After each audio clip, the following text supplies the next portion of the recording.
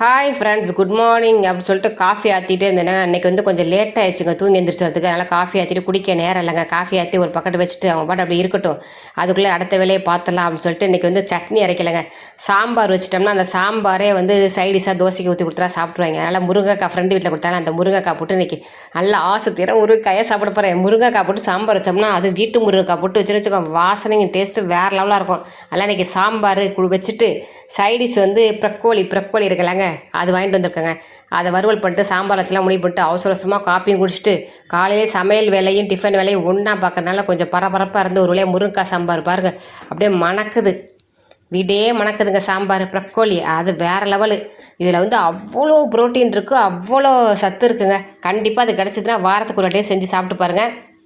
பையனுக்கு 2 முட்டை, தோசை, முருங்கைக்காய் சாம்பாரோட காலை டிஃபன் சிறப்பாக கொடுத்துட்டு லஞ்சு பேக்கு சாம்பார் ப்ரக்கோலியோட முடிஞ்சு விட்டது.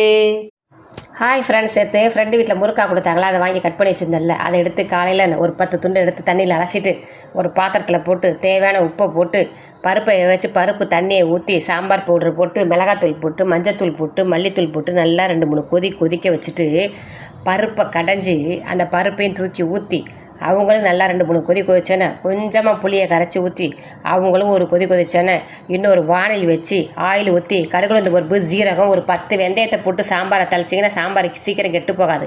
அதில் ஒரு 10 வெந்தயத்தை போட்டு கருவேப்பிலை போட்டு வெங்காயம் போட்டு சாம்பார் பவுடர் போட்டு தாளித்து ஊற்றுனாங்க. வாட்டி உப்பு போட்டதை மறந்துட்டு 2வது வாட்டியும் உப்பு வேற போட்டாங்க. சாம்பாரை துடிச்சு வாயில் தூற்றி பார்த்தா ஒரே உப்பு கசம். அச்சோ, சாம்பார் முருங்கைக்காய் சாம்பார் அருமையாக வாசனையாக இருக்கிறப்ப உப்பா போயிடுச்சேன்னு யோசிக்கவே இல்லைங்க. டக்குன்னு ஒரு உருளைக்கிழங்கு எடுத்தேன், அலசுனேன், 4 துண்டாக வெட்டுனேன், குழம்புக்குள்ளே இறக்கி விட்டேன். ஐயோ, சாம்பார் வேறு லெவல், உப்பு பர்ஃபெக்டாக ஆயிடுச்சு. ஓகே, பாய்.